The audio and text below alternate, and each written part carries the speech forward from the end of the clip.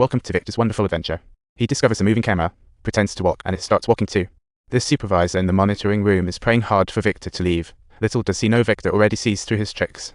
The supervisor is scratching his head looking for Victor, only to find him missing in a blink, and when Victor reappears, the supervisor is completely helpless. In his 17-year career, he first encounters someone as mysterious as Victor. With the language barrier, Victor buys 2 books. One in native language, one in English. He studies late into night and can finally understand the news, still showing up daily at the visa center to apply for a win. Each time it's just a stamp, but Victor still thinks New York is just around the corner, with a 50-50 chance of getting a visa. The guy in the restaurant silently keeps an eye on him, and when Victor returns to the abandoned terminal, Cruz is already waiting, looking to barter food with Victor. As long as Victor gathers intel on the visa lady, Cruz will stop trying to tempt him with food, which turned Victor into a happy little spy. Every day, he asks the visa lady about her hobbies, but this day, her saying "I love rice" catches him off guard. He rushes to find the supervisor, hoping for a safe way out to apply for asylum, but first, he needs to answer a question. If he answers correctly, he'll get a pass, and Victor thinks this is a piece of cake. But when the supervisor asks him, "Are you afraid to go back home?" Victor replies, "No," and the supervisor is utterly flabbergasted, thinking he wasn't clear enough, trying to elaborate, hoping he'd understand his good intentions, while Victor loves his country wholeheartedly. So, he loses this chance of luck. While on the airport side, a janitor appreciates his cleaning like it's fine art. One day, a flight attendant falls. Victor rushes to help, tossing the other heel to speed up. Victor offers her a free shoe voucher, thinking it's a romantic encounter, only to be shot down with, "I have a boyfriend." Little did he know that her gentleman already had a family, and it dawned on Victor why she flies so much. One day, Victor hands her a handkerchief. Surprisingly, the flight attendant cries harder, so Victor chases after her. Their lives become intertwined by a remarkable twist of fate, and during a conversation, when Millie inquisitively asks about his job, Victor playfully fibs that he's a special consultant for a construction company. Millie isn't suspicious and invites him out for her favorite Italian meat roll, but Victor knows he can't go out. So he declines politely, which leads her to think Victor sees her as a free spirit.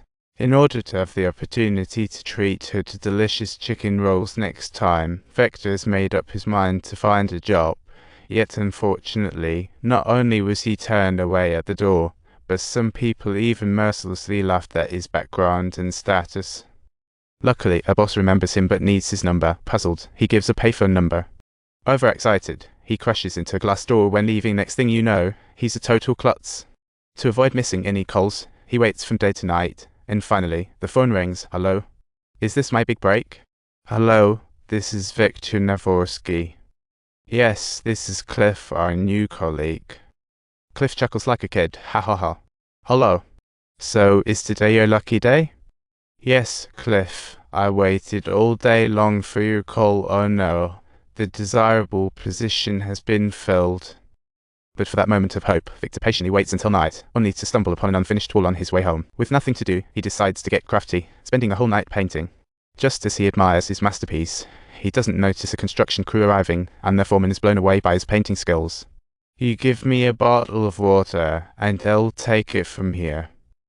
Just when Victor is about to feast, he finds the delivery guy left him a map and the janitor and mover around, with the janitor suspecting Victor of being a spy.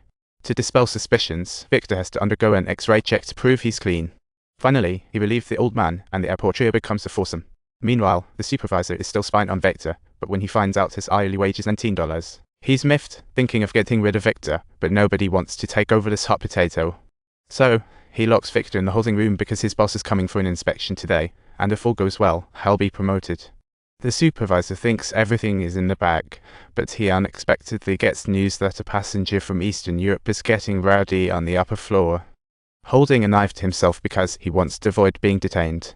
The supervisor has no choice but to let Victor out as a translator, agreeing to stamp him in dire times. Victor communicates with the passenger in what he thinks is Bulgarian, gradually calming the man down.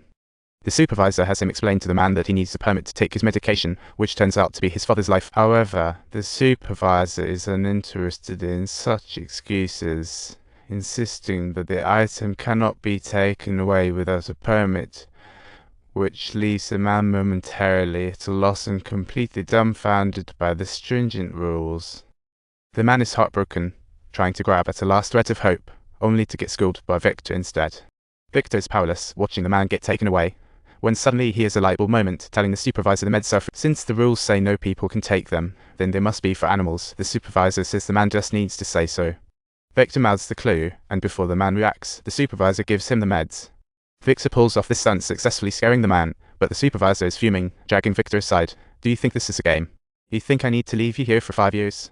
No way. You think that's happening?